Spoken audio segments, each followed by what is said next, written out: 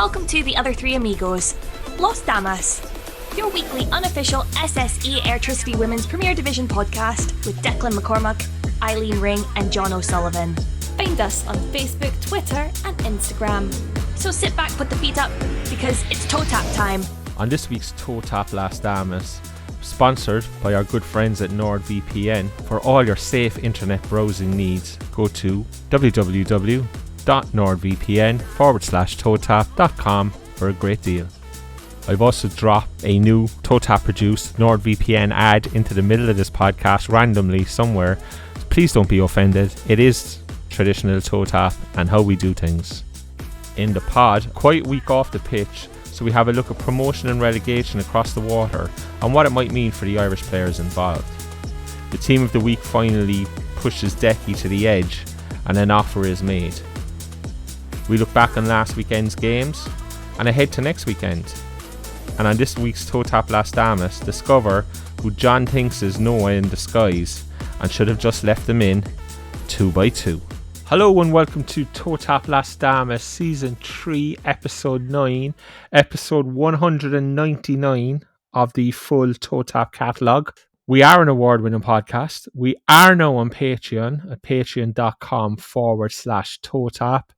If you could retweet or like or let your buddies know that this podcast exists, then it is very important to help the pod grow. And as always, our DMs are always open.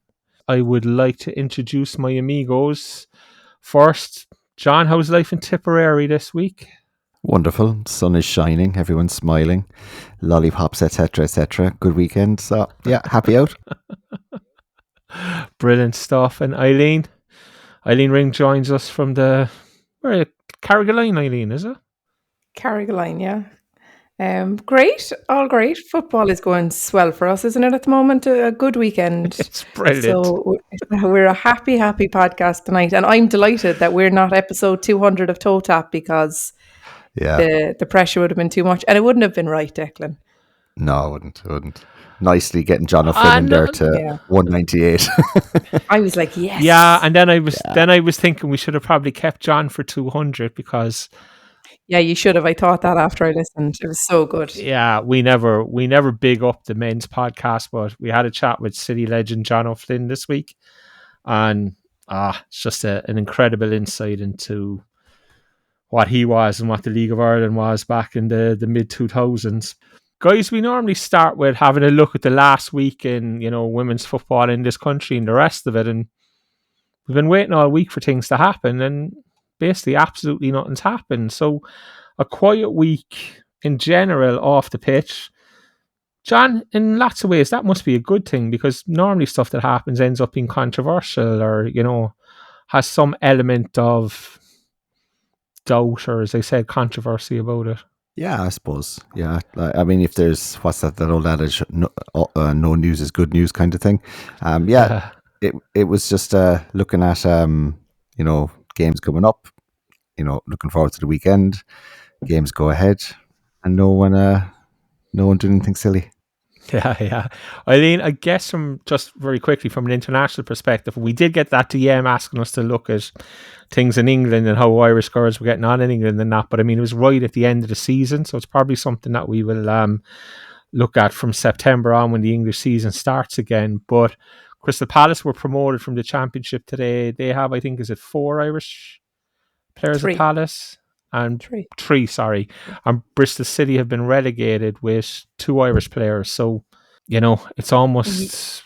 Yeah, it's kind numbers-wise the same, Yeah, no, I think to be fair with Bristol, I think Megan Connolly's been one of their better players, and I don't know how long her contract is at Bristol, and will a WSL side maybe come in for Megan. And again, then with a promoted team, like obviously Hayley Nolan has played every game for Crystal Palace, so you imagine she stays there.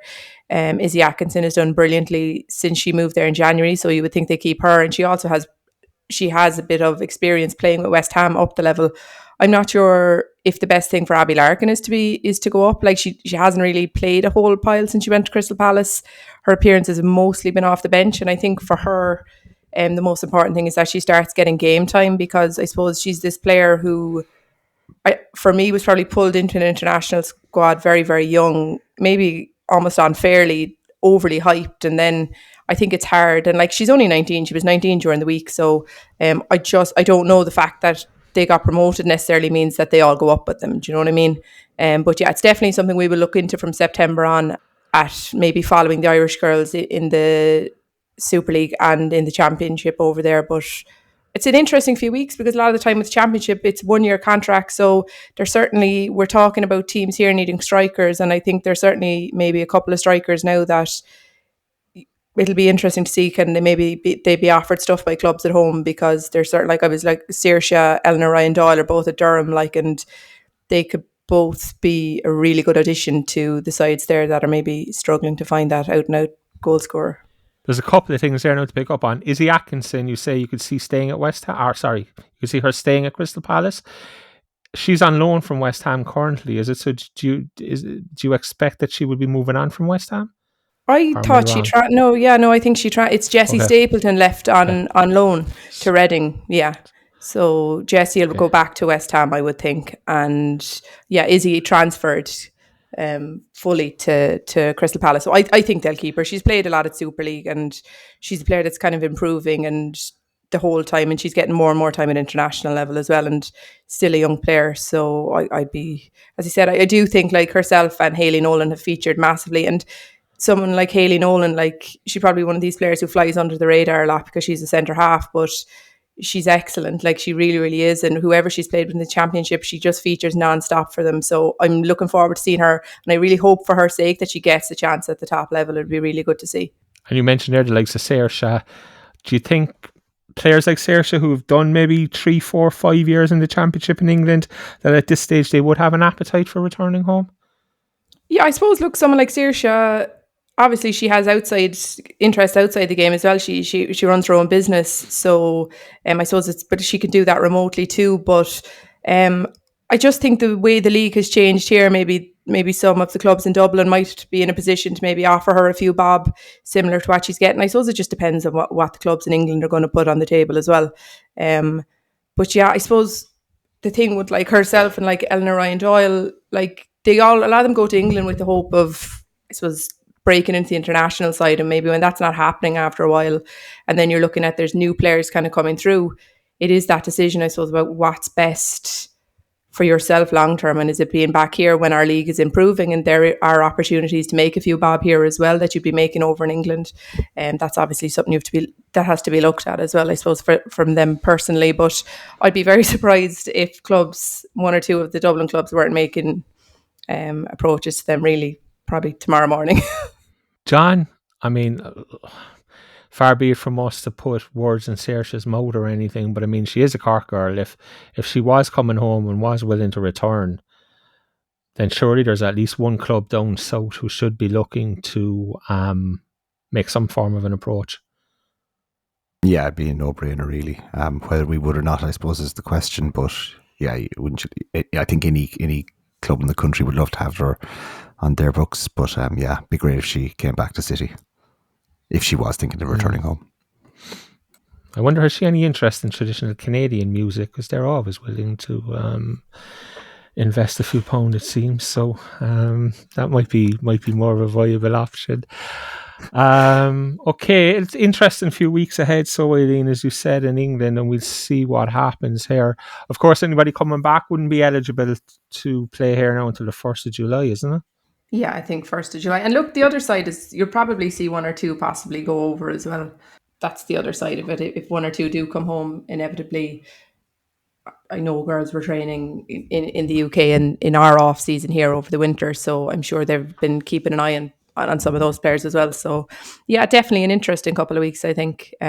Always is, really. And finally, on this subject that just popped into my head, Tara O'Hanlon, obviously she went to Man City, was always considered that would be next season before she would be looking at getting minutes. Eileen, do you think she gets minutes at City, or is it there an inevitability that she ends up going on loan to a Championship side as well for next season? Yeah, and like I was literally just watching City and Bristol there. I don't know, like, I mean, they made a big play for her, and like, to be fair to Tara and to be fair to City, they obviously wanted her because she didn't go until she made sure, well, her family made sure that Peamount got a few bob. Like, I think that's Like there wasn't enough spoken about that. That was an incredible gesture from her and her family to a club that don't have to get anything. And like, that's a loyalty that you don't see at any level of football. But I think she's certainly good enough to get in the Man City team. But yeah, I think to come into them straight away might be a big ask. So I wouldn't be too surprised to see her going out on loan. Look, as I said, it worked out so well for someone like Katie McCabe that, and Tara's young, like she's really young. So you just want to go out and you want to play football. And as I said, I think she's a longer term contract there at City. So you would think that it's certainly probably a strong enough possibility. And the best option for her as well, I think, long term, like to just cut her teeth at that next level up. And as I said, she hasn't played football in a long time now with that injury she's had. So said she's going to have a big career either way. Like she's top quality, like she really is, and she's a brilliant attitude. You could see it on that show that's on RT on the Monday night herself and Jessie Stapleton. Like their attitude is incredible. Like it's just that different. It's a different level. Like they really firmly believe like that they're going to be at the top level, and you need to have that belief. And I actually think it's really encouraging to see it in people that are so young, like that belief that they can get to this level. But it's not an arrogance. Like they know they have to work really hard to get there as well. And it's, as I said, I think it's great to see. I think they're brilliant role models for any of the younger players coming through in this league. Okay, I know I said it already that we'd finish up, but this is, I swear, is the last question for you on this subject. You mentioned that you could see a few leaving the league here and going across in the summer. You've mentioned Leo O'Leary in that regard 2 or 3 times. Are there other names that you're keeping an eye on that you think might get a move in the summer? I know there's I don't want to drop any other names, but I know there were other players that have been overtraining in the winter. I just don't want to be hanging anyone out to dry and them not getting a move. I just think with Leah, I just think she's probably been the standout young player in the league. So that's for me. And I think the other side is a lot of that under-19 squad, if they have a big tournament, you might see like that's going to be a big shop window for those players now. You see, you're a friend of mine now, and I don't really want to press you and throw you under buses and everything else. But you're telling me now that you know of players who've been over, but you're not willing to drop the names and the rest of it. You know that I can't leave you away with that. Like I wouldn't leave a guest away with it. Like so, I mean, you know, I'm still not going to tell you. Like you're not going to let me away with it. Like I'm not going to tell you. Like I've journalistic integrity, Declan. All right. Well, of course, I have none. That's what's got me banned from none, at least allegedly. one club, anyway. So you know, yeah, you know. Right. Okay. When the integrity word comes up, I always run away. So I'm going to park it there and run away again. That's why I said it. We'll have a quick look at the underage results from this week. Under 17s Group A, Shamrock Rovers beat Drogheda, Dundalk and Finn Harps drew 1 each, and Bows 1 away in Longford. In Group B, Athlone 3, DLR 0, Sligo Rovers 1, Peamount 1. Galway beat Mayo 3-2 in Mayo, and Treaty travelled to Dublin and beat St. Pat's 3-1. In Group C, Kerry were comfortable winners away at CK United, as were Cork City and Cove, while Wexford beat Bray at home. In the under-19s, in Group A, it was Bows 1, Shelburne 1, and Dundalk 1, Finn Harps 1. In Group B, Athlone beat DLR 3-0, and it finished Rovers 2, Shams 3. And yes, I did do that on purpose. Sligo Rovers 2, Shamrock Rovers 3. Bray Wanderers 1, Galway United 6. Group C was Wexford 2, CK United 0, Waterford 2, Cork City 0, and Cove Ramblers 0, Treaty United 2. John, I always ask you, so was there anything from that underage groupings and results that jumped out at you this weekend? Not so much, but I guess in terms of the tables as a whole, they've kind of starting to take a bit of shape now because everyone's played each other once at least. And it's just interesting that Wexford are on top of both the under-19 and under-17 league in Group C, and Athlone Town are actually on top of both under-17 and under-19 Group B, which is it's interesting to see clubs, you know, being strong at both levels and, you know, bringing players through. But no, I think it was interesting enough weekend now. Some of the results were good. Wexford took their fishing trawlers out during the off-season, cast some nets, see what they pulled in. It's going well for them, working well for them, so fair play to them. We'll move on to the senior games. Again, I'm going to do them by kickoff times, and then we'll have a chat about the team of the week, because I am really, really upset. I don't mind admitting that much already, but we'll do the games first, and then we'll speak about the team of the week. John Treaty went to Dublin and played Bohs. Bohs beat them 2-1. This was the first time seeing them this year that I felt Treaty were just off it a bit. I kind of made a note that they kind of looked a bit like Treaty of last year at times. Sarah Power scored from a corner from Bohs in the 28th minute, I think it was, but like, I thought Kayla Kyle was poor from that corner. She just needed to be stronger and more decisive in her defending.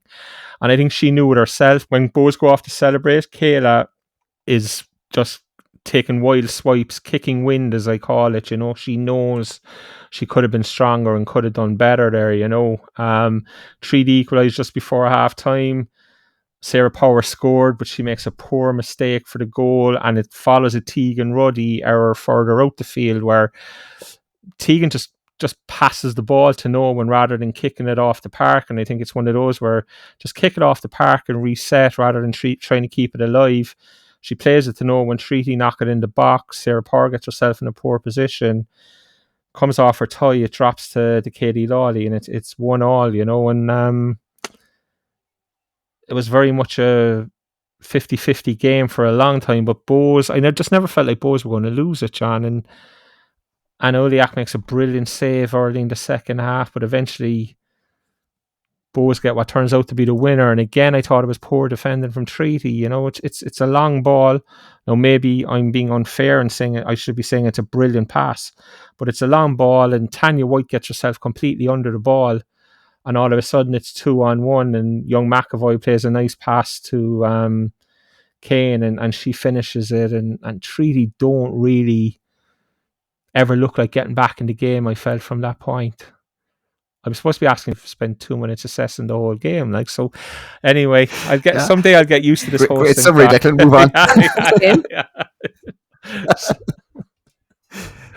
I know. No, look, I think it's a fair enough summation. I think probably I'd give Bohs a lot more credit. I thought they were excellent, to be honest. Probably the best they've played since the opening day of the season. Sarah McKevitt, Savannah Kane, who got the second goal, just absolutely tormented Treaty the whole game long until Sarah McKevitt was taken off. I thought they were excellent. I think that I actually think their winner was, I think, Elisa Murphy. I think that's a long pass rather than just a long ball. And Lana McAvoy's touch inside for Savannah Kane, I think, is excellent. It's just like little chip takes the defender out of it, and it leaves Kane with a very, very easy chance. But I thought Bohs were dominant. I don't think Treaty, barred obviously they scored the goal from the corner, but I don't think they in terms of the game itself from play really looked like they were going to cause Bohs too much trouble. One thing that did stick out to me that I found interesting was that some of Treaty's corners, Van Dalder took them. She's like one of their best players in the air. She's an unbelievable header of the ball. I just found it strange that she was the one swinging them in. But again, there might be a reason for that, a tactical reason for that. But I did find that a bit strange. But no, look, overall, Bohs thoroughly deserved the win. They were much the better side. Really, really good going forward. And yeah, I look, 2 decent goals, albeit from Treaty errors. Yeah, just to clarify, when I said it was a long ball, I did mean a long pass. If I felt it was just a clearance, I would have said it was a hoofed clearance, But as I said, Tanya White did get herself under the ball when there probably wasn't a need to, And obviously White and Kayla Kyle have been very, very good at the back for Treaty this year, as have Van Dulder and Friesen in front of them in the centre midfield. But I did feel it was like 2 centre back errors, one each, that not quite gifted Bohs the goals, because as you said, the second goal is a very good, well-worked finish from that point on. But, they definitely made contributing factors to both goals. And I hope they do the same next Saturday night in Turner's Cross. I shouldn't say that, but I do, So, yes, lads, it's a National League pod with a Cork bias. Okay, we'll forgive me. Following that game, John, I think I have to stick with you for this because we spoke last week about was James O'Callaghan playing poker with Phil Trill and everything else by going with 3 at the back up the north for the cup game, the All Ireland Cup game, and it turns out he wasn't because Peamount lined up in a 3 again, and I saw a good bit of this game. It finished 0-0 and it was very, very evenly matched for long spells of the game. Peamount were the first side probably who made Galway look ordinary in terms of Galway's attacking and chances they created, and probably fully deserved a point, if not a bit more, John. Yeah, I agree completely. Although I think we have to give Eileen a bit of credit there for plugging that it was going to be how they were going to set up against Galway. Karen Duggan was brilliant. Marshalling the defence. The plan worked perfectly. As much as we might like to see her playing somewhere else in the pitch, but they were brilliant. Peamount, I thought they were the better side. I think the fact that Galway's keeper made the team of the week tells its own story. I thought they were the better side, and they made Galway not. I wouldn't say they made Galway look ordinary so much, but they definitely showed that they're the first team I think this season that have actually gone and made kind of really put it up to Galway, said, okay, this is how we're setting up. What can you do now? And but the thing was, they were really aggressive as well when they were in possession. Some of their passages of play were really, really good. And I think on balance, Peamount probably deserved it. The draw probably isn't great from their point of view, but in terms of, is it something that they can build on? Absolutely. It was a brilliant Peamount performance. Eileen, can I ask you, because as John says, you pointed out that the last week that the reason Peamount were going 3 at the back up north was because they were going to use it against Galway. Can I ask you to clarify for listeners, what position did Karen Duggan start the game and finish the game in and play all 90 minutes of the game in? Karen Duggan is now the best centre half in the league. She's the best Karen wherever she goes. She is centre half. Yeah. Okay. And I think we're going to see her there. Like, I think she's going to stay there as well. Like, she's been, now obviously you couldn't judge her last week because she wasn't really tested, but she was excellent. Like, she was really good as a defender. As a centre half, she was excellent on Saturday. I think the big thing there is it frees up Jetta. I think that's probably why he's done it. You obviously have somebody Karen's a Rolls Royce of a footballer, and I think wherever you put her, she's going to excel, and she reads the game so well as well. So like it's probably a natural enough and an easy enough swap for her to make. And I said, I think freeing up Jetta is big for them from an attacking sense because she is so quick, like she's so quick. And when they have the injuries that they have, and I don't know how soon the likes of some of the players are coming back, it doesn't kind of look like anytime soon. That's obviously what's going to work for them now. And they have another tough game next week. And while, I do think they probably needed a win, the fact of how good Galway have been and that they were able to restrict them so much, I think is a big plus for them. But like it certainly doesn't get any easier because they go to Tala, I think, next week. So that'll be another tester for them. I don't know, was it just me, guys? But as good and all as Peamount were, I just felt like they were never going to score. And I know you've spoken about this, Eileen, but it was just like, they are lacking something at the top end of the pitch, aren't they? Very much so, yeah. Very much. Like the likes of like Aaron will pop up with goals, Ellen Dolan will pop up with goals, but like that out and out goal scorer, like since they lost Kate Mooney last summer, I think they haven't had that. And it's something they probably always had the whole time during the league, like as long as I can remember, even like say when they kind of went through an off spell there, when a lot of their players moved to UCD Waves, like they had Amber Barrett, like they always had like an out and out goal scorer. So it's quite different. And then Eleanor Ryan Doyle came back and they went from her to Kate Mooney. So they've always had a really consistent goal scorer no matter what. So I do think that's hard. And there were those, look, we can see it. Like you can see the likes of a Shelburne struggling without it as well. Like they're not easy players to come by. There's probably none of them in the league at the moment. Is that fair to say? Like an out and out goal scoring number 9 who's going to bang in 20 goals? There's probably not. Like, so yeah, like you do wonder then, like Erin, I thought she, as I said, she's going to get you goals, but she's not going to. I think she prefers being in the number 10 and dropping in and making stuff happen than being that out and out player. So I think again that's another reason why he's Jetta further up the pitch, because she's a history of, again, she'll get you 6, 7, 8 goals if she is playing in an attacking sense. But I just think they're trying to not plug holes, but just find answers to what's going to work for them as the season goes on, because there's a lot of teams that are just so solid defensively as well, and they're hard to break down, and it's even harder when you don't have that kind of that person who can just naturally make things happen up there. I'm going to go back to something we spoke about 10 minutes ago, John. If somebody like a Saoirse Noonan does come back to this league in the summer, all of a sudden, with the lack of genuine goal-scoring talent in the league, she has everything in her favour, really. Or another player coming back to the league or coming into the league who's an established goal scorer, number 9. They have everything's in their favour. Like they have all the currency in the world with which to play with. The clubs will be the ones with their backs to the wall when it comes in terms of negotiating deals and things like that. Yeah, no, actually, as Eileen was talking there, about Piedmont's struggles, I was like actually thinking straight away. We were just after talking about Saoirse Noonan and how well she would do for them, but Shells are the same boat, and I know Saoirse played with Shells previously. She might like to go back there with new management and see how she gets on. But no, if she was to come back, as much as you'd love to see her in Cork, Piedmont and Shells, would be absolutely biting her hand off to get her up there, I'd imagine. Yeah. I don't know that any of you copped the last 3 or 4 minutes of this game from 93 minutes.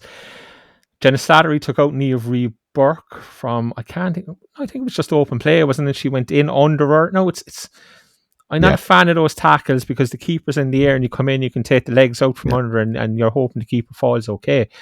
And we had the open mic and there was somebody on the Piedmont bench leaving their feelings known as it. I was fucking shocking, referee, fucking shocking, in the big ticked up that accent. So that was fine. But I was thinking about John O'Flynn because we had spoken to John on Friday night and he's spoken about how George O'Callaghan was his bodyguard. And if somebody took John out or somebody gone in, 5 minutes later, you could be sure Georgie was after being booked because he was after turning whoever it was upside down and letting them know he was around. And 2 minutes after Jenna Slattery takes Niamh Reid Burke out, Lauren O'Callaghan is booked for cleaning out Jenna Slattery down in the right-hand corner. It was the John O'Flynn thing was the first thing that popped into my head, So it was interesting to see it happens in the women's game as well, John. Yeah, no, it was. Like, even watching it at the time, it was... I suppose retaliate. Yeah, it was. It was pure retaliation, really. And I was kind of surprised the ref didn't have more to say about it. But no, but you'd like to see that too. It's the players sticking up for each other, tackles going in. It's still football at the end of the day. And they're. But look, I think the funny thing is, it's probably Niamh Reid Burke is probably everyone else's bodyguard. When it comes she doesn't need any bodyguard. Lauren only did that because they were running out of time. Other than that, Nemo would have got her back herself. Don't worry about it. She's a big brand. Yeah, Eileen, while all that was happening, you were watching Shelbourne away at Wexford. Game Shelbourne won 1-0 with a purler from a corner. Oh. Were you waiting for that? I was waiting for that. I had the drum thing set up in the hall, Ash. Did you like that? You did? It was excellent, yeah. Well done, Declan. Yeah, I thought Shelbourne were very good value for it. I think, if anything, they'll probably be disappointed they didn't get a couple of more. I don't think Wexford really laid a glove on them. Shelbourne are excellent defensively. I think they've probably only conceded 2 all season? Yeah. And I thought Wexford really, they struggled to kind of break them down at all. I think Amanda she didn't have to make any major saves there. And again, Shelbourne's probably old problem coming back to bite them in the arse. They struggle to score. And look, we spoke about Gemma, and I do think give her a couple of games. She had a few chances there now again, and it is that one where if the first one goes in, she probably scores the following couple after it. But look, Shelbourne were very comfortable, and I think the reality, and we're going to see, we're seeing it with Galway and we're seeing it with Shelbourne, is that if you can be that solid defensively, and look, we're even seeing with Cork City at the moment, if you can keep your clean sheets, 1-0 is enough. 1-0 is going, if you win all your games 1-0, it's the same as anything else. It's 3 points, it's 3 points, and that's a big rivalry, Shelbourne and Wexford. And look, credit to Wexford. I don't think this is not a footballing thing, but I don't think it probably worked out for them. But they made a really big play to get a big crowd into Ferry Carrick Park. I think they give out over 3,000 tickets. I don't know what the attendance was. It wasn't anywhere close to that, judging by what I could see on the stream. But like, fair play to them. They're trying to be innovative and they're trying to think of ways to get a crowd in. I think it's hard because Ferry Carrick Park is a little bit out of the way. Yeah. It's not an easy place to get to by any stretch of the imagination, but I think it's credit due to them. Like, they had music before, they had kind of a little pre-game thing with like Michelle O'Neill, Rebecca Cray, Dave O'Connell. So like, they're being innovative and they're trying different things, and I think credit to clubs for that. But I think, and there was a lot of younger players like from clubs around the place, and then they didn't. It's that what you always say, Declan, give them something to come back for, give them something to cheer for. And Wexford didn't give them anything to cheer for. Like, I think it was a poor display by them, and it probably sums up their season. We spoke about how it was that 6-0 the week before where they kicked on, and no, I think they'll be disappointed. Look, they've Sligo next week, and they will definitely be looking at that saying we're going to get a win here, but again, like, they're still without a win. It's crazy, like, it really is. I know, Declan, you're not their biggest fan, and myself and John probably overhyped them, but like, the truth is probably somewhere in the middle. But I just think they've been really, really poor. And go on, you don't think the truth's in the middle? You just think they're that poor? I don't think it's in the middle at all. No, I don't. I think they're probably, they're not as poor as probably what the league table, but like, are they? Maybe they are, because I always say you are what the league table says you are. And the league table says at this moment in time, Wexford are a really poor side. Yeah, and look, I have to agree with you, because I would be the first to say, always in sport, a league table never lies. Like, you can never argue with a league table at any given point in the season. Like, teams are exactly where they should be, because it is what it is, and it's a results business. So yeah, at the moment, as you said, they are the poorest team.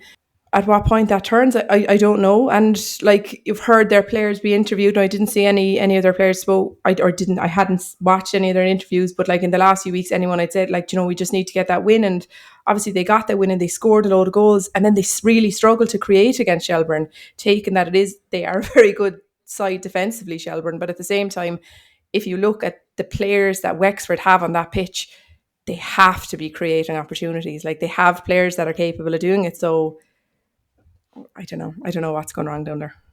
Yeah, it's interesting, John. Are you giving up on them and their top 3 finish yet, or are you going to stick with it for another little bit? Yeah, I'm not going to lift that one down the way the season is going anyway. Sorry, that probably came across as easy the shit, and that wasn't my intention. It was. I do apologize. I know. Not at all. Like, it's like Eileen says. It's when you look at the talent they have in the pitch, they should be way further up the table. But at the moment, I think they've only scored 1 goal in the league, and they've only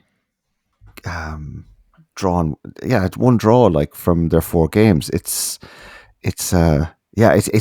very, very strange to see Wexford down that end of the table. But like you said, 4 games played, 3 losses and a draw. They're there on merit, shall we say? Okay, it's only 4 games, but I love going after managers and coaches and everything else. Like, so you keep referencing how good the players are, and but they've only scored 1 goal, John. They've only drawn 1 game. Like, at what stage does what's happening on a pitch become reflective of coaching or management, or whatever it might be that's going on off the pitch? Not 4 games in anyway. Okay. I think we'll. I think. It's look. It's a fair question because of the talent that they have, but I think you've got to give everyone. You've got to give a new manager coming in, trying to set up a new way of playing, new systems, and all that, at least until halfway through the season. But I suppose in the League of Ireland, halfway through the season is 10 games.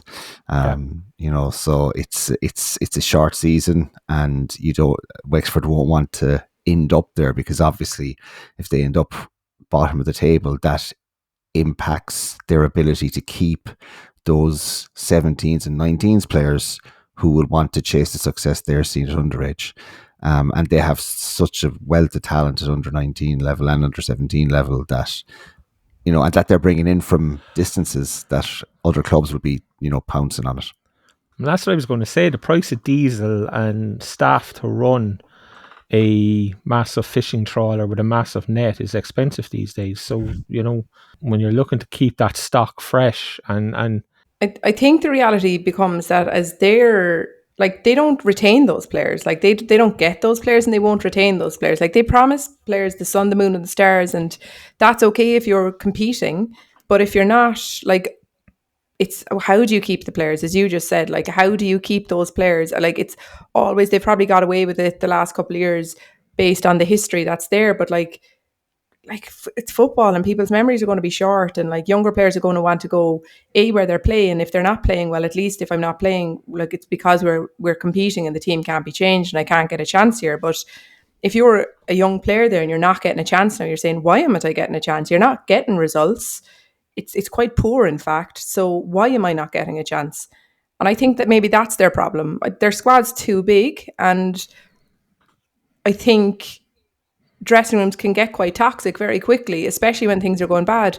And you see it all the time, and you see it not just at Wexford, you see it at every club. You could see it at Cork City the last few years. People who aren't playing suddenly get quite toxic in the dressing room when things aren't going well, because they say, why am I not playing? Because look, you're not winning every week, so why am I not getting a chance? So I do think that's probably a big issue down there. Okay, so we'll park that there, John, and everybody headed off to Sligo for a 7:00 start. Sligo Rovers against the mighty Cork City. And I guess the first thing that was interesting and caught our eye was when the team news came out and there was no Emma Doherty in the Sligo side.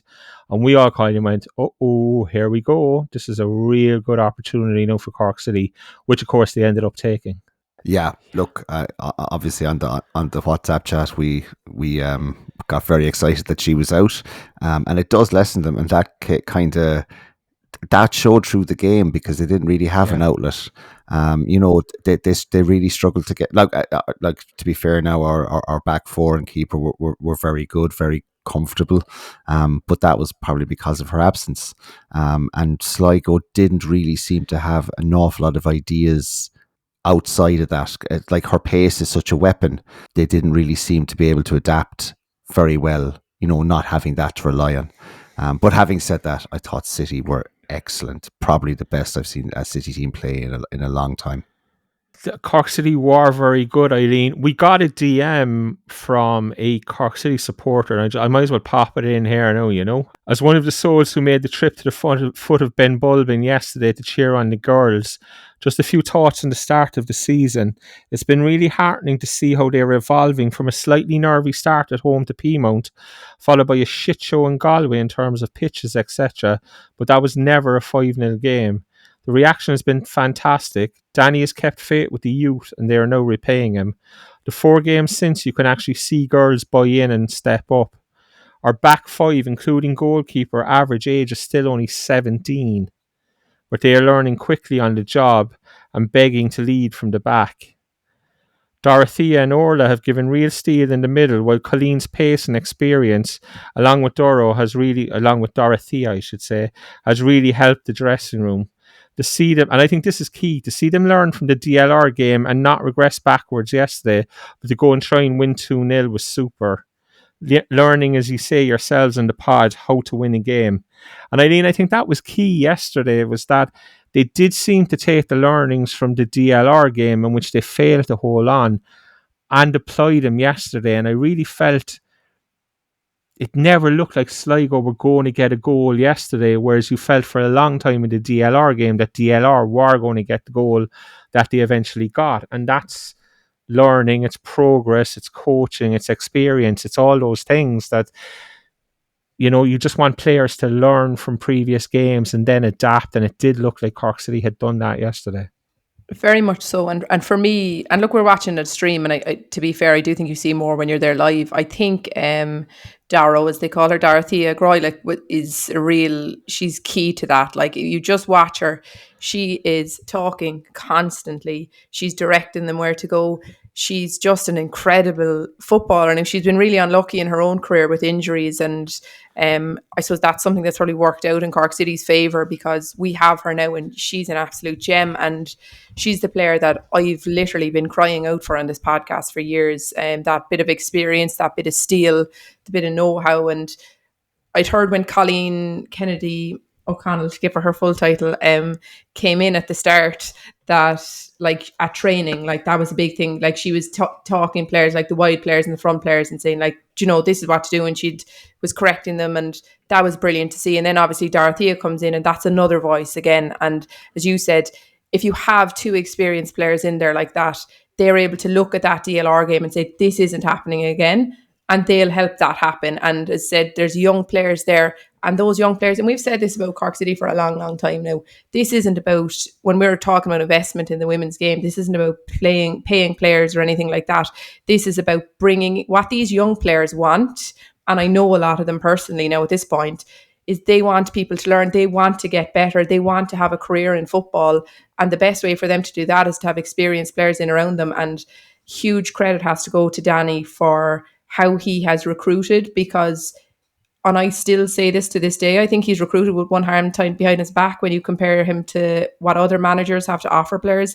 And he's done brilliantly to bring in players that have really affected this team so positively. And another thing that stands out in that DM, and I think we have said this in the past, is credit is due to him for sticking with the back line and the two centre halves after that Galway game, because it would have been the easiest thing in the world for him to go, oh shit, they're too young, no, that's too much. But he didn't. He stuck with them and said, like, they've been incredible. Like Heidi and Eve Cotter have been absolutely incredible back there. Like, and it said Ciara and Alex as well have been brilliant, and Clodagh in goal. But the two centre halves, it's just such a pivotal position on the pitch. And like, I think late on in the game, like, did Miriam Devaney get like stuck in Niamh Cotter? Like, Niamh Cotter is the last person to get stuck in. Don't get stuck in her. Like, I wouldn't get stuck in her in a hurry, like, to be honest. And players are going to learn that quick enough, to be honest. Like, she's that little bit of steel, and Heidi is the exact same. Like, they're horrible, and they won't mind me calling them horrible, I'm sure, if they ever listen. But they're horrible, and that's what you want. And I hope it's been a really long, it's long 6 weeks. They're long trips every single weekend. They've got brilliant results on the road. I really hope, and look, I know we're a League of Ireland podcast, I get that, but I do also know, like, obviously, because we're a TOTW, we do have a lot of Cork City listeners, get out and support them, like, just really do, because they're players and they leave it all out there for the badge. And as a supporter of a football club, I think that's what you want to see. And I really hope people get out to Turner's Cross next week and support them, because they deserve it after 6 weeks on the road. That's no joke. Like, they're really, especially, these aren't professional footballers. Like, they're not even part-time footballers. Like, they're doing it just for the love of it. Like, they're all working. They're all in school, in college. So just get out and support them in Turner's Cross on Saturday night. Yeah, John, I mean, the point there Eileen makes is a very good one. And that was my big fear on Saturday, was, like, would this be one trip too many, one bus trip too many, one dinner in a hotel on a long journey too many? And it wasn't. And Cork City were very, very good. The only negative note I made about them was that it does appear that we have to work so hard to get a goal or to get 2 goals, you know. And Sligo had the same problem, as you said, without Emma Doherty. Sligo worked it hard and they worked hard, but they never really looked like they had a cutting edge. And I know it's a common theme across the league, and we talk about it a lot. Obviously, Colleen gives City a bit more maybe than other teams have up front, but it still feels like there's just something missing. I don't know what it is. Maybe I don't know, John. It's just like that je ne sais quoi. There's just something still not quite there that makes goal scoring maybe as easy in inverted commas as it could be or should be. Yeah, no, but I think that's kind of common across the league this season. I mean, I think there's only at Lone, Galway, possibly Treaty have scored more than a goal a game. You know, there aren't really that many teams that are knocking in a load of goals. Actually, and even at Lone, it's nowhere near what Galway have scored. Yeah, but City's recent success on the road has been built off just conceding 1 now in 3 away games. It's you know, it's that back line that's getting the results. Yeah, we are having to work really hard for the goals we're getting. Are creating chances, but there's still that little thing that if we concede, you're still worrying a little bit. Are we capable of scoring 2?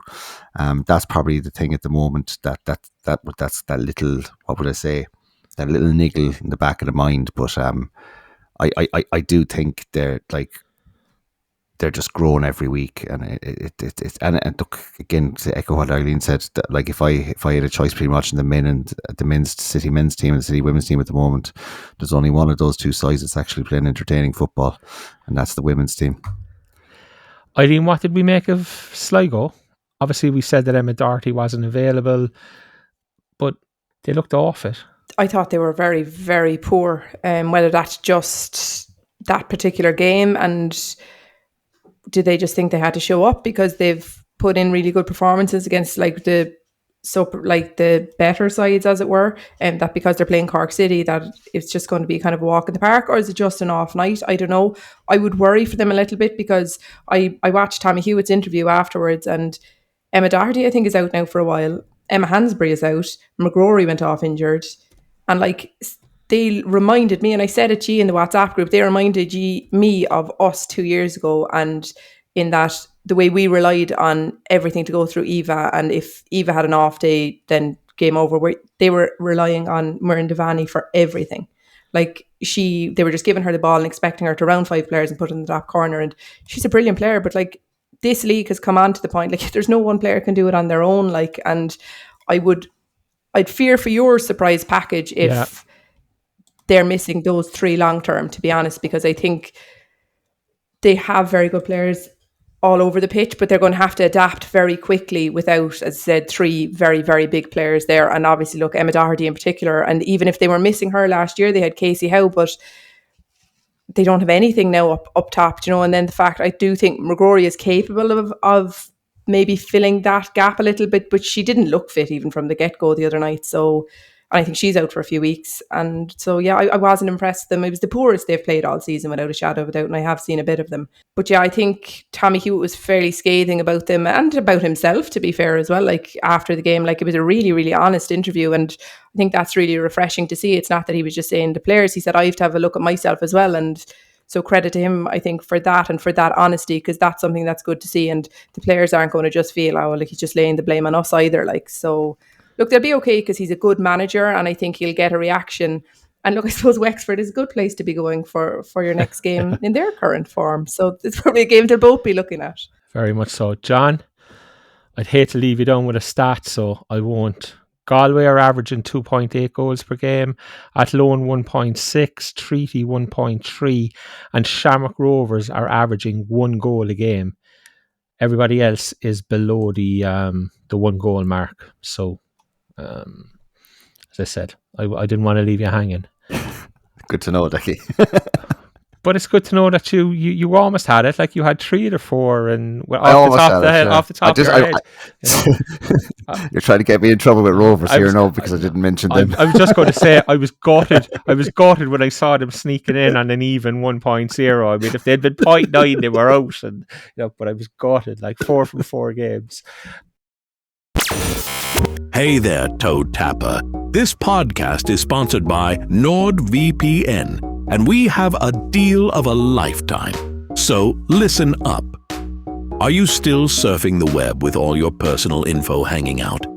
That's like going to Fountainstown with your Mickey dangling for all to see. But fear not, my digitally exposed friend. NordVPN is here to hide your pecker. With NordVPN, you can cloak your online presence faster than the club counts gate receipts. Say goodbye to those pesky ad trackers and hello to streaming shows from all over the globe. Want to watch a dodgy stream without it buffering? NordVPN might just make it happen. And hackers trying to steal your data? They'll have better luck finding Kimberly Mercado in the tea room.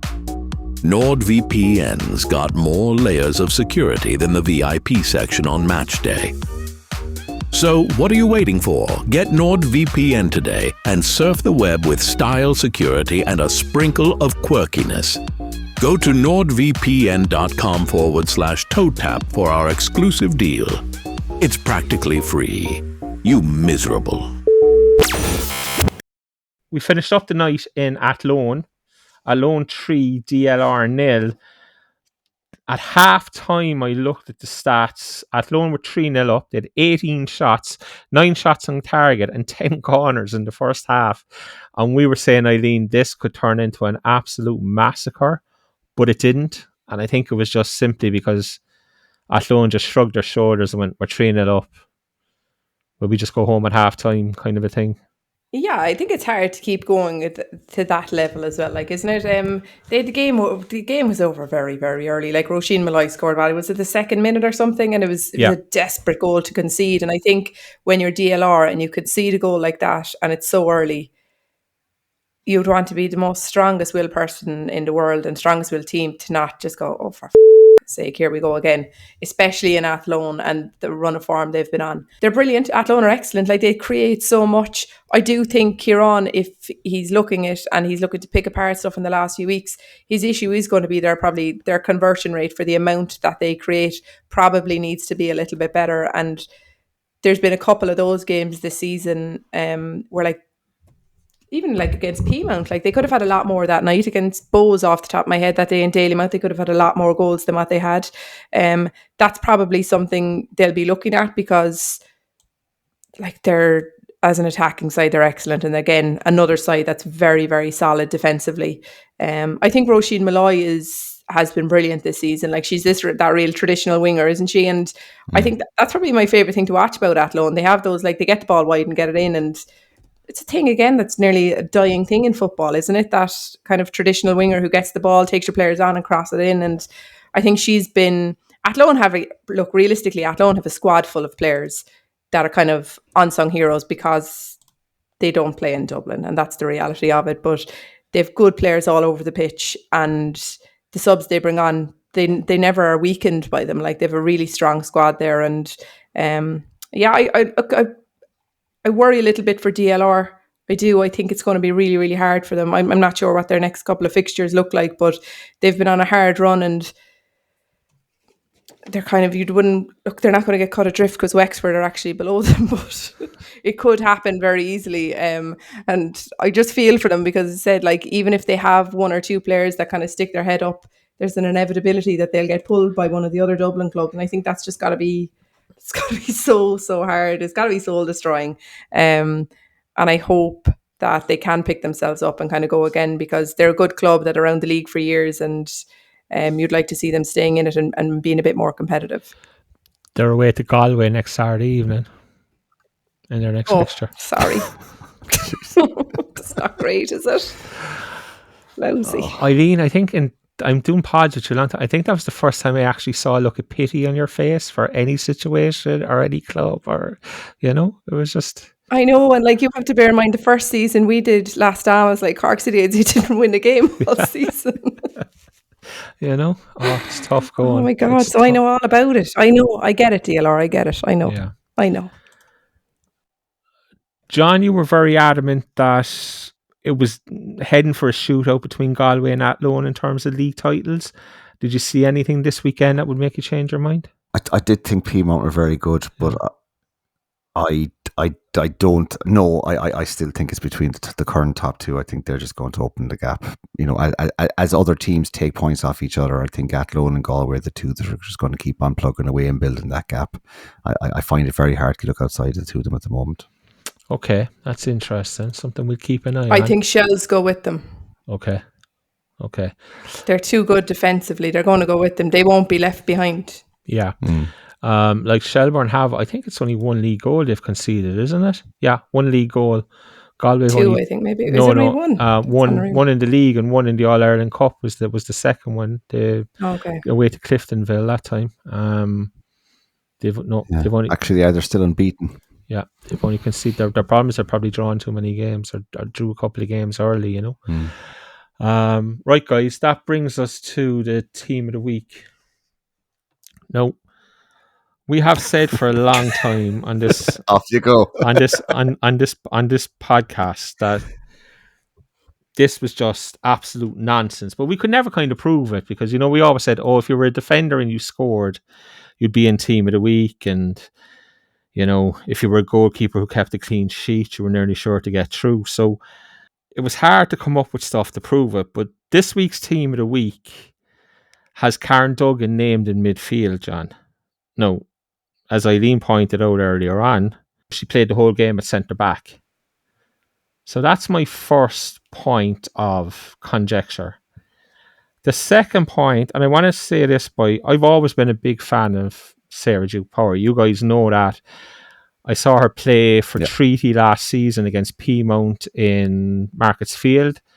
I thought it was one of the best centre-back performances I'd seen in a long time. I came on this podcast. I said if Cork City were looking for a centre-back, it's one she was one they should be looking at. Obviously, she went to Bowes. She scored on Saturday, which is why she's in Team of the Week. But as we've already discussed, she did make a bad error for the Treaty goal. No, that's fine. Look, players make errors all the time. Nobody's castigating her for that. She also played 90% of the game at right back. And they have her in the Team of the Week as a centre-back. Like, come on, lads. Like, I mean, we're finally getting the proof that this is absolute fucking nonsense, this stuff. Like, you know. Niamh Cotter's there. Niamh was brilliant. Ciara Senna was brilliant at left back. Kennedy O'Connell, Colleen was brilliant. There's no issues that way. I have a massive issue with Dorothea Groylick not being in this Team of the Week because I don't know how much better a player can play in a game and not be in a Team of the Week. And I know it's Cork City and they'll say, oh, he's biased and everything else. Sit down and watch that Cork City Sligo game. Not alone was Dorothea Groylick the best player on that pitch on Saturday night, I would argue that she was the best player in the league this last week, and she should be right in the mix for the player of the month for the month of April, but she probably won't be in that either. But like, John, is this just the final proof that this whole Team of the Week thing is the greatest load of bollocks that was ever put into League of Ireland being? Yeah, it's a funny one. Look, like the first thing that jumped out at me was that Karen Duggan was sitting there right in the centre of the graphic in the centre midfield, having played in defence. Like, no, listen, she was brilliant. No issue with her being named in Team of the Week, but she's been named in the wrong position. And then you have a situation, like you said, where Dorothea was absolutely amazing up in Sligo yesterday, and now she's been possibly kept out of the Team of the Week by someone who's playing centre half. But look, the fact of the matter is no one watches the games to the degree that these, you know, to the degree you would need to pick the Team of the Week, really. Like, no one sat down and watched all 5 games, bar the 3 of us, the sad sacks that we are.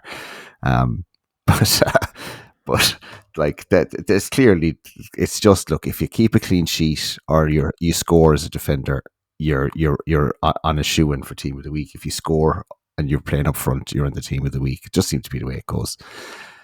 Those people that keep things ticking over, like Orla Mahoney or like Erin McLaughlin was very good for Peamount. Dorothy was excellent. There's loads of players that stood out without scoring or keeping a clean sheet who probably have a shout. But yeah, look, they don't watch the games. That's not what this is based on. It's who scores and who keeps clean sheets. You just raised an interesting point there now, John. So I'm just going to say this without even thinking. If Mark Scanlon is listening, or if anybody in the FAI is listening, which there normally is somebody listening, lads, we'll do the Team of the Week for you, right? We'll sponsor your thing, right? We'll sponsor. We call it the TOTW Team of the Week, something like that. It can go out in the LOI women's account, and we'll do it properly, and we'll give you, you know, within reason, the best team there was for that week. And what's more is, we'll defer to Eileen and it'll give her 90% of the rights to picking the team, and therefore nobody can argue with it. So, look, lads, just hit me up. Yeah, you have my email address, you have my number, God knows. so give me another shout. We'll have a chat. It'll be no problem. You up for it, Eileen? Eileen gets enough DMs as it is. I'm always up for it, yeah. I think, look, why not get more abuse than what we already get? You know, I'm up for it anyway. That's the main thing. Yeah, look, I mean, it was just, I don't know, absolute nonsense. Well, I will say now, if I'm picking Team of the Week, Karen Duggan's going to be in it every week. Doesn't matter where she plays, I'll fit her in. No I'm objection. going to be like that Even person. if she's injured. Yeah. Even if she's still in. Karen, I'll put her up front. Karen, 6 Shelburne players and a random four. Then I need to do my maths quickly in my head. A random four thrown in around the place then just to try to keep other teams happy. Yeah, what nonsense. Anyway, look, I'm feeling better now that I got that off my chest. So look, guys, let's move it on to the old good, the bad, and the ugly.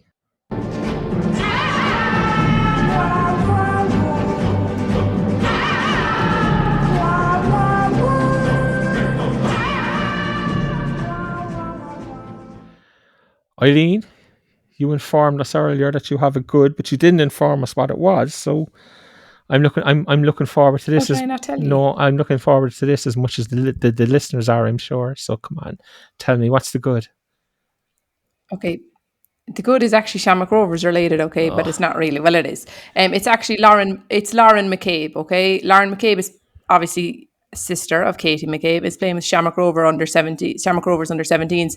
She scored a hat-trick today and she had a t-shirt for Grace. So Grace is an underage player with Kilnamana, Grace Donegan, and she suffered a fairly serious brain bleed in January and has been in Temple Street as a result. I just thought it was a really, really lovely touch from someone who's a young kid herself. And I think that is a huge amount of self-awareness to be thinking of someone else in a moment like that. And like, look, Lauren McCabe obviously has said she's a young player herself, but she, given who her sister is, probably has a lot of reach on social media and stuff. And I just think seeing stuff like that and seeing young players in our league just being so aware of the influence they can have, especially on people that are on harder times, I just thought it was brilliant to see. And as said, it came up on my Instagram today and I just thought it was a really, really lovely touch, as said, from someone who's quite a young girl herself to, in that moment, to be thinking of somebody else. Yeah, that is pretty incredible. And look, obviously, everybody at TOTW wishes Grace the very best in her recovery from that horrific ordeal. But yeah, fair play. Not sure I want to go to a bad and an ugly after that. Yeah, that's what we'll do. We'll leave off the bad and the ugly, and we'll just leave that set as a really, really good note to end that segment on. Guys, next weekend, another round of fixtures, round 6, obviously. Athlone are off next weekend, which means Shams are back. The weekend kicks off in Talca Park at 2:00, where Shells play Bohemians. Now, obviously in the men's game, Eileen, that's a massive game. Big Dublin derby. Does it have the same oomph to it in the women's game? I think the Dublin derbies in general seem to have a bit of bite. I don't know, does it have the same? But like, you'd hope there's a good crowd, because Bows, to be fair, I think this season probably have the best crowds. Well, that we know of anyway, because they share their crowds every week. But they seem to generally hit in around 400 or 500. So like, if you're getting that, you'd hope that maybe 100 will travel to your away game when it's so close. Yeah. So hopefully you do see a big crowd, and maybe that Shelburne start getting behind that women's side again. As said, it's something the fan base gets a lot of credit for, but at the moment that's probably, they're getting credit in the wrong because they're not out supporting them. But on the pitch, yeah, like Bows, I think, like, obviously it was a big result for them, but look, as it is going to be the story for all of those, like, say, mid-table sides, what we'd be assuming, like, it's about finding that bit of consistency. And they started the season so well and then kind of went off the rails, and then they have a big win at the weekend. But can you follow that up in Talca Park? It's a really, really big ask, but they've put in some huge performances there in the last few seasons. So I think on the back of winning at the weekend, that they will lose to Shelburne and Talca Park. John, if Bows do take 100 away supporters, that would mean there'll be 120 supporters in Talca Park on Saturday. So something for Shelburne to look forward to. Yeah, actually, it's one thing. It's always cracked me up. Even on the men's side as well, like the distance between Talca and Dalymount, you'd walk it in 20 minutes. Like, and they'd be going on about how many fans they bring to each ground. But yeah, no, I think based on this weekend, I can't see Bows 100 fans leaving Talca with smiles on their faces. Okay. It'll be the 20 Shells fans apparently, Decky. Okay. Once that game finishes, then Shamrock Rovers play Peamount in Tala at 4. Back-to-back big games for Peamount, John. I presume they're going to stick with the back three. It has worked for them. Can you see them getting something in Tala? Can I just say as well, I did some, and I was doing it running last year, of teams who were coming off bye weeks and their results after coming off a bye week. They do, by and large, teams coming off bye weeks do tend to struggle a little bit. I remember Shells lost in Wexford was one that jumped out last year after coming off a bye week. So there is a little bit of history there for teams not performing as well when they are coming off that bye week. I don't know if it plays any role or not, but Yeah. No, I think it probably will, because Peamount are coming off the back of 2 positive results now and a very good point against Galway. I would have guessed that they will keep Karen Duggan in the middle of that back three for the reasons Eileen pointed out earlier on. And I think, given the fact that the Rovers are coming off a bye week, I think they will find it tough. I'd probably be leaning towards a draw, just purely because the lack of goals from both teams so far this year, I can just see them cancelling each other out. They both got, decent defensive structures, and I think that'll probably win out in the end. Eileen, if John's predicted draw does happen, it's not a result that does much for either side, really, is it? No one, I think it might be a draw as well, to be honest. And no, it doesn't do much for either side. Like, they're both sides that need to start picking up wins and picking them up soon. And obviously they both can't do that at the weekend. I saw the Shamrock Rovers were out on a team building thing. I think they won't have no one wants the bye week. You certainly don't want the bye week off the back of the type of performance that Rovers had against DLR in the All Ireland Cup. I think it comes at an awful time when they finally started scoring a couple of goals, keep a clean sheet, and then you go into a bye week. It's a disaster. The bye weeks just look, I know how you feel about them, Declan, but they are a disaster for clubs. And it's hard, when you're trying to build any bit of momentum, to suddenly, oh no, you've no game. So you get to go out and, I don't know, kayak or climb a mountain for the weekend. It's just not ideal, is it? No, it's a disaster, really. But it's Shamrock Rovers' fault that it exists, isn't it?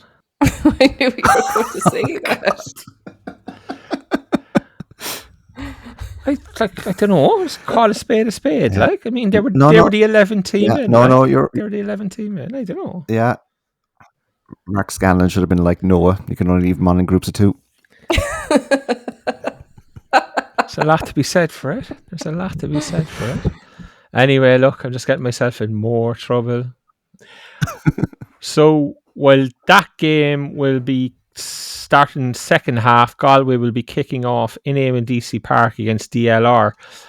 Look, I made a very accurate prediction last week, so I'm going to go back and come in with one again this week, John, and I'm going to say that this is a game that Galway will win.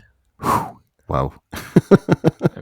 Yeah, I find it hard to make an argument against you, Decky, there, but brave call again, in fairness to you. Just said I'm willing to put my head on the chopping block. If I'm wrong, they'll all come for me, but I fancy Galway. Yeah, I think Eileen's earlier prediction that it's going to be a tough week for DLR, I think, is going to hold up. It's you can't see anything other than a very comprehensive Galway win, really. Is there a fear here, Eileen, that Galway put a cricket score on them? It's not something we've really seen this year. I know they put 5 in Cork City, but anybody of the Cork City persuasion at that game have all said it wasn't really a 5-0 game. Is there a danger that this is the first cricket score of the season? Or is that just brutally harsh on the LR by me again? No, because to be fair, that was likely to happen against Athlone, and it didn't, because regardless, whatever you'll say, DLR are well organised, and they kind of will always fall back into shape. And I do think they're a very well coached side. I at the same time, I think Galway have the capability, if they start firing, of putting up a cricket score in a lot of teams in the league. But no, I think it'll be 3-0 Galway. Okay. Wexford and Sligo meet in Ferrycarrig at 6:00 on Saturday. again, Eileen, you've kind of spoken of it earlier. I mean, it's not a game that will scare Sligo, but if Emma Doherty is out for a spell, I don't know, it kind of has 0-0 written all over it all of a sudden, does it? I think Wexford are going to get a win. I think they're going to get their first win here.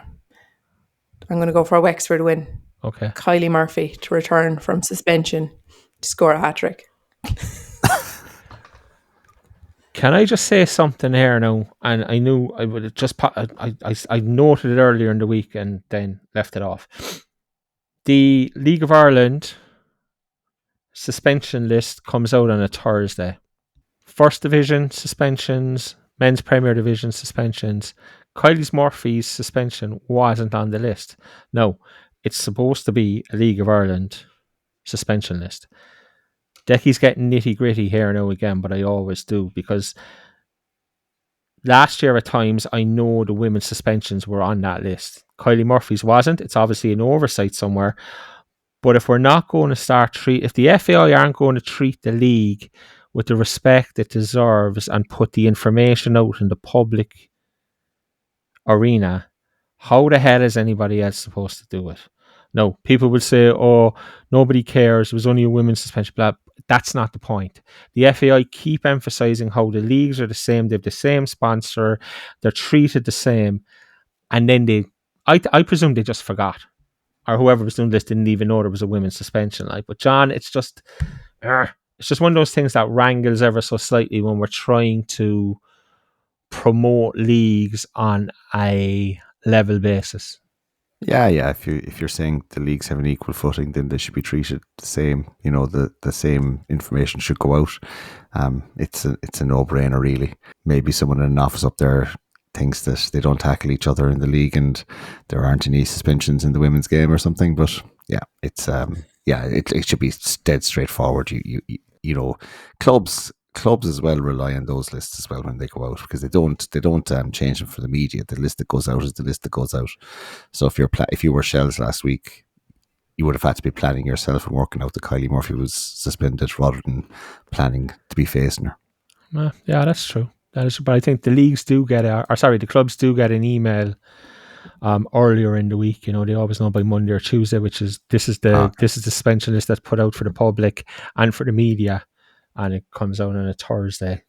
But if it's for the media, then the women's game should be in there as well. I will argue that to the death. Finally on Saturday, and guys, look, I have one thing just before you move on from Wexford. Yes, go on. What you're going to say? Yeah, Ciara Rossiter had her 200th appearance as well at the weekend. We should have mentioned it earlier on. Another look. I think we're going to start seeing these milestones more and more often. We've had a couple already this season.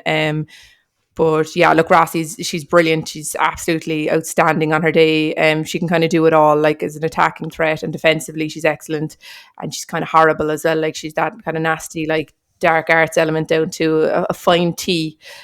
She was incredible player pre her cruciate injury. I think she probably hasn't reached those heights again and again. Like she would have been so pivotal to the very successful years of Wexford youth. And she's like, I remember when I was coaching with Cork City, I used to hate playing Wexford because of her, because she was just she's incredibly athletic, just up and down, and just never stopped. And I think if it wasn't for the injury at the time she had done it, she'd probably have a huge amount of senior caps. And it's just one of those things that football can be a little bit harsh. But look, she's still a young player, and I think will hit probably 300 appearances yet. Yeah, fantastic achievement. So finally then, on Saturday night, in front of the TG Carter cameras, all who are coming all the way down to Cork for the first time, we'll try and keep this preview under 20 minutes now, guys, if we can. Cork City play Treaty, 7:35 in Turner's Cross. I guess the first thing to be said here is that Cork City are, and I think it'll be one of a number of attempts on the attendance record this year, but Cork City are putting it out there that they're looking to break the attendance record. I guess we just like to wish them the very best of luck with that and hope it all goes well for them. And Eileen, the game itself would be, how would you see it? I think City are going to win. Mm-hmm. I think look, obviously I think City are going to win every week, but I think it's going to be big for the squad getting back to Turner's Cross. look, it's a big test because they're not used to being on TV now, and this is their first time on TV. And I do think that adds a different element for players. That is said, Cork City now aren't used to it all. So that's just going to be something totally new. And I don't know how they manage that and even the build up to it during the week. And it is something that kind of has to be managed from a totally side point. I hope, and it's something John always harps back on, that they fill the Derrynane Road. If the cameras are in Stoney Ford, which I presume they're going to be, fill the Derrynane Road, because other than that, it's not going to look great. Like, I was watching the women's rugby, was in the Aviva today, and there was actually quite a good crowd at it, but they were on the side of the camera was at, and it looks terrible. Like, it looks like it's an empty stadium when it's not. So I think, in the very off chance that anyone from Cork City was listening to this podcast, and of course they don't, but if they were, fill the Derrynane Road. Like, don't fill the Stoney Ford, because it looked poor, I think, on TV. And as a spectacle and as a product, and if you want the cameras to come back, if we're left in Turner's Cross, I think it could look very, very well if you have a big crowd in there. Eileen, Cork City always tune in. They just never listen. Okay. Only when we say bold things about them. Yeah. John, if we ever would. John, we spoke about Treaty on Saturday, and I would have had Treaty favourites coming into this game, to be honest with you, with the rebuild they'd done and that. And then I saw them on Saturday. I saw Cork City and Sligo on Saturday night. And now in my mind, Cork City are favourites, and maybe clear favourites, because I think Groylick and O'Mahony in the centre of midfield can do to Treaty what Bowes did to them in midfield on Saturday. Is that a fair reflection, do you think? Yeah, I think we're a better team than Bowes. I'd be hopeful that while there probably will be a little bit of extra noise around, like the players arrive in the stadium and the outside broadcast unit is there from TG Car, things like that, that won't distract them, and that there actually will be a big crowd there and it'll give them a lift. Like City's players, and look, a few of the players that I've gotten to know quite well, they always talk about the lift they do get from a big crowd in Turner's Cross, and they still talk about that when City originally broke the attendance record a couple of years ago against Treaty. Sorry, City broke the attendance record, they did? Yeah, I broke the attendance record by bringing 100 kids from Cash. Oh. I can't remember who organised that whole campaign. Who put 3 weeks? Who put 3 weeks? I tell you this much. All jokes aside, now, and we don't get on with the club now and the rest of it, right? The amount of work that went into that behind the scenes was frightening, lads. Like, genuinely, like it was, And all I will say to Cork City as a warning is, if you think a couple of tweets and a couple of messages from Danny Murphy does the trick, it doesn't. You need to be on to the schoolboys clubs, the schoolgirls clubs, trying to get influencers involved, all that kind of stuff, So I hope they are at that in the background and we see a big campaign. Because you said, John, the girls, the team, the management, they all deserve to see a big crowd there, but it doesn't happen on the back of a couple of tweets. And I just hope Cork City as a football club don't believe it does, No, yeah, you'd imagine that there's a plan in place to get a big crowd in that's based on something. There is now that Decky's given them one. Anyway, that's, you see, that sounds bitchy, and it's not. Like, it's just, as I said, we have experience in this stuff, and you talk about influencers, Eileen, and you talk about influencers, and you talk about these female pioneers and all this. Like, what a load of bollocks, lads. I dealt with a lot of them. Like, I mean, some of them would turn up at the opening of a women's envelope, and they're only there to see that, make sure they get in the picture, and make sure, like, stop. Like, I saw it for myself. Like, nah. You'll have to give me the names. Not having it. You'll have like, to give me the names. I'm not giving them. Yeah, I can't do it on here. Like, but I'm not having it. I'm too old, so I won't actually know who any of them are. Yeah. So tell me off air. No, not influencers, but like, people who are well known, who portray themselves in that light, and when asked to help. No, yeah, I could firmly agree, because I'd have a couple of scales for you similar. Yeah, so but anyway, we digress massively. But what the record is, I think the record's about 1,500, is it? 14, yeah, 14. Was that Shamrock? Just under, yeah. And was that Shamrock Rovers last season? Yeah. Yeah. Yeah. Yeah, it's. I think it's hard. I think the kickoff time, it's probably a hard game to get it for as well. I think the later kickoff probably might pull from the crowd a little bit as well, because inevitably a lot of the fan base can be younger, and maybe for if you're traveling any bit of distance, that later kickoff could be a little bit of a hindrance. But look, anyway, I hope it's the fact City haven't played home match in weeks, male or female. So like, Yeah. I hope that the general Cork City like supporter that maybe mightn't normally get out to a women's game goes out, because as I said, it's a great spectacle, and it'd be great to be back in the cross. Yeah, and look, can I just say after all that, like, I think if you are listening to this, do get yourself to Turner's Cross. Do go to the game, especially if you've never been before. I know there are people who listen to this because it's toe tap and they just listen because they think we're good crack and the rest of it, Get yourself to Turner's Cross on Saturday, Eileen will be there. She'll sign autographs. She'll stand in for pictures with you, There's no problems whatsoever. You can get deck pics. Deck pics. Yeah.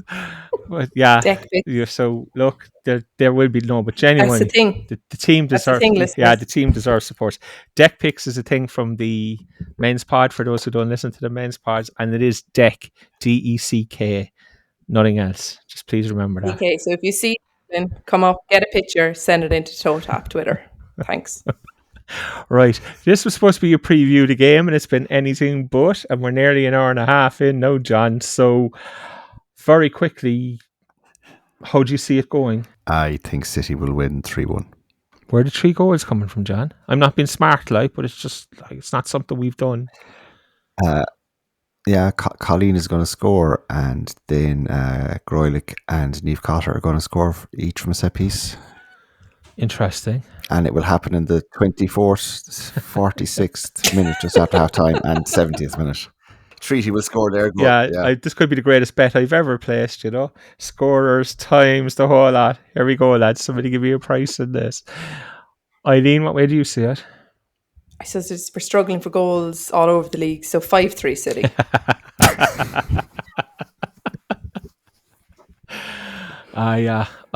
The cameras, they'll be back in Turner's Cross every week. How bad it would be. How bad is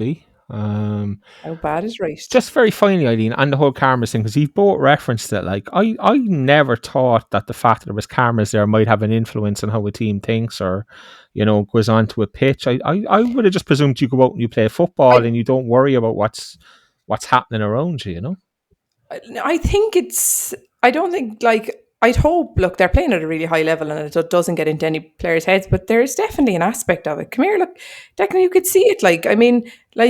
The Instagram, what's an Instagram generation? You can nearly see players on pitches, posing for, you could see it at training sessions, at games, before games, after games. It is an influence, without a shadow of a doubt. There's no doubt about it. There's players out there doing game day tans on Instagram at the moment. This is real life. There's actual players with tanning, what's the word I'm looking for? Sponsorship brands. Or sponsorship. Brands, yeah. So absolutely it does. I do think it could get in players' heads. So I hope that the lads, look, Danny Murphy would have been a good man for a tanning sponsorship, I'd say now in his day, but I'm sure I'm sure the lads will have, look, obviously Danny himself has played at a level whereby he would have experienced this quite regularly. So he's going to be able to talk to them about that and not to kind of get carried away with it. And as I said, even get carried away if there's a big crowd or anything like that, just go with it, enjoy the experience. And as I said, don't get bogged down with it or anything like that, because it can become distracting, I think. But as I said, I think we're very lucky with the manager we have, the fact that he has experienced it an awful lot himself in his career. That hopefully he'll be able to manage it. John, I presume for the first game back in Turner's Cross, it's most likely to be sponsored by Flymo or somebody like that, John Deere. John Deere, sponsored by John Deere. Yeah. Absolutely. Perfect. Yeah. Right, guys, I suppose we leave it there. So Eileen's going for 5-3. John is going for 3-1. I think it has the touch of the 1-1s about it. I'd love to see City win it, but I do think it has the touch of the 1-1s about it. Could you be more biased, please? Huh? Be a bit more biased, please. We're not here for honesty. Well, look, you talk about being biased, and I hope TG Cahir are true to our Canadian friends' roots and understand traditional Canadian music and give it a whirl at some stage, you know?